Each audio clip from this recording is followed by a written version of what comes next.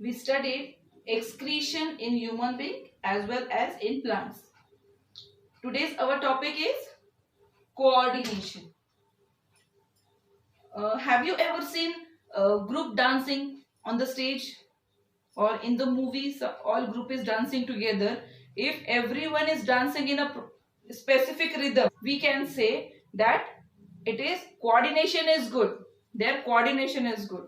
But if somebody is dancing with hand here and somebody is dancing with hand there, and if there is some mismatch, you say that coordination was mismatched, right? Similar to that, if in our human body there are various organs, various systems are there in our body.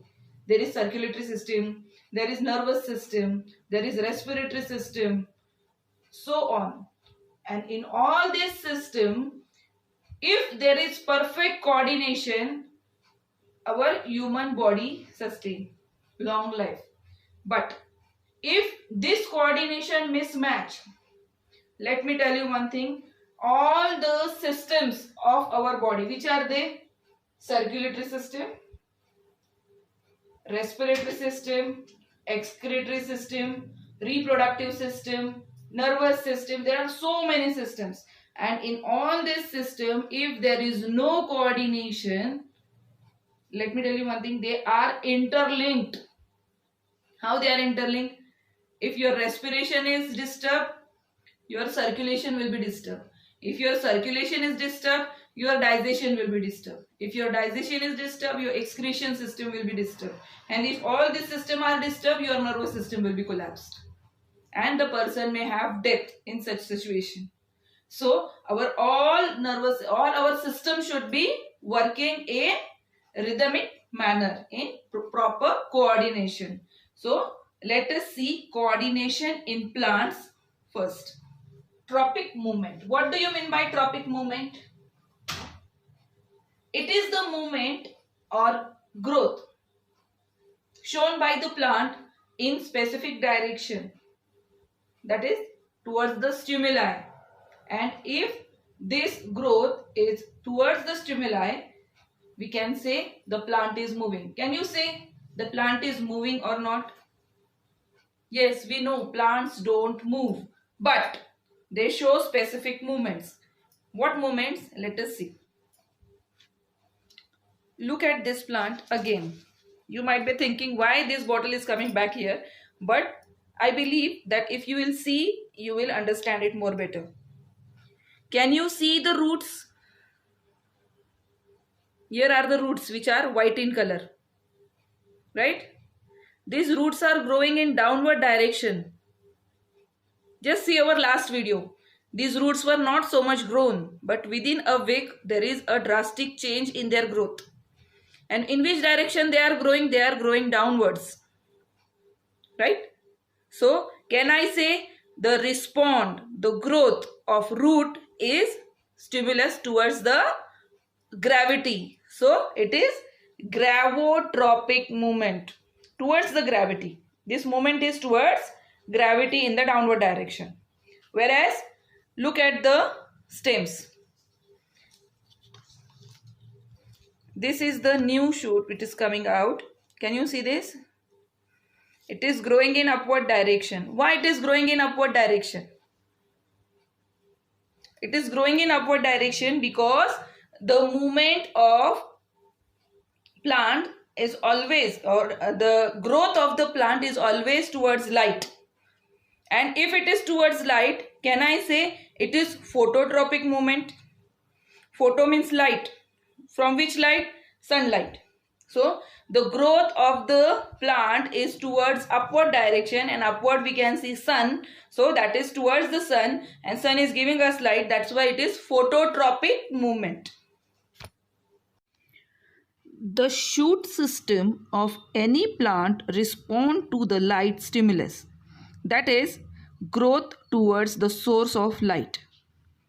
The movement shown by plant towards the source of light is called as phototropic movement. Here you can easily see, I'm showing it with the help of arrow. Just look here carefully. This is the arrow, which is showing the tilted form of this stem. It is tiltedly growing towards the window.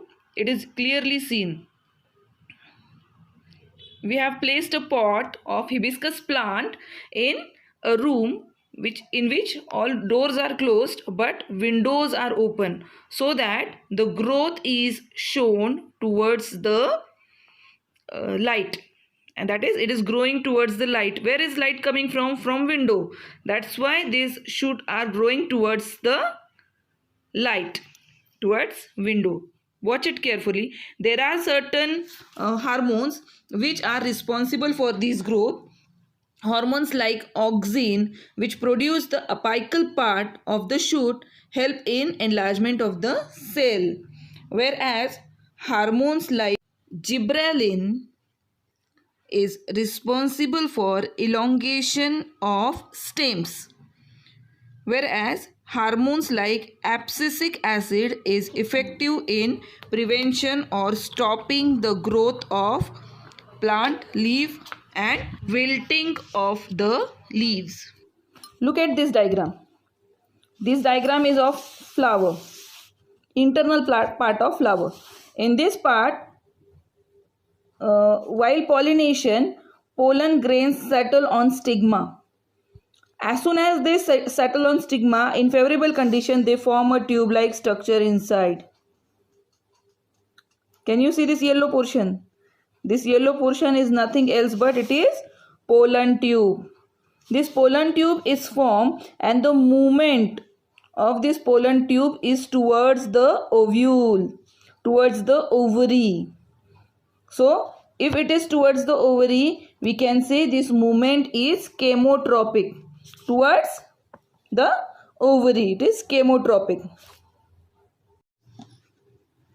We have already studied that the movement of the root is towards downward direction, that is towards gravity. So this is also called as gravitropic movement, as well as now I have planted this plant in water, so there is no search of water. But if I will plant the same plant into the soil, these roots will have to search water for their growth. And the movement which is in the search of water is also called as hydrotropic movement towards the water. जमिनीमध्ये खोलवर पाणी असतं आणि त्या पाण्याच्या दिशेने ही movement होत असते. That's why it is also called as gravitropic movement. It is also called as hydrotropic movement. Children, have you ever seen mimosa plant? Mimosa, doubt वाटतोय थोडा? लाजाळूचं झाड. So this mimosa is also called as touch me not plant, and in this plant, if you touch the leaf, there is some movement into the leaf and all leaf get shrink. They get closed. After few seconds, they again open. And afterwards, again if you touch it, again it closes. This is the movement shown by the plant, but it is growth independent. This after opening and closing, there is no growth shown in the plant. So priorly we have seen all the movements. Which movement we have seen already? Gravitropic movement, hydrotropic movement, phototropic movement. All these movements show growth. त्यांच्यामध्ये growth दाखवतात. So these movements are growth dependent. Whereas now which we are going to study, these movement are growth independent. They are not dependent for growth, these movements, okay, in plants. First is mimosa plant. I will show you the video. Just see here. If video is present, I will definitely show it to you. This is mimosa plant. Look how sensitive the leaves are. They are compound leaves. If you touch it, they directly show the movement. They get together, get closer to each other, and they are showing movement. But this movement is not growth dependent. It is growth independent movement. Next time, whenever you see this plant, don't just pass away. Sit near this plant and try to pass some time with it. Definitely you will feel relaxed. This is my favorite time pass. Whenever you are in school, you can see this plant. As soon as you will come to school, just remind me you want to see mimosa plant. I will definitely get this pot in your class. Very nice movement is shown by these leaves. Look it carefully.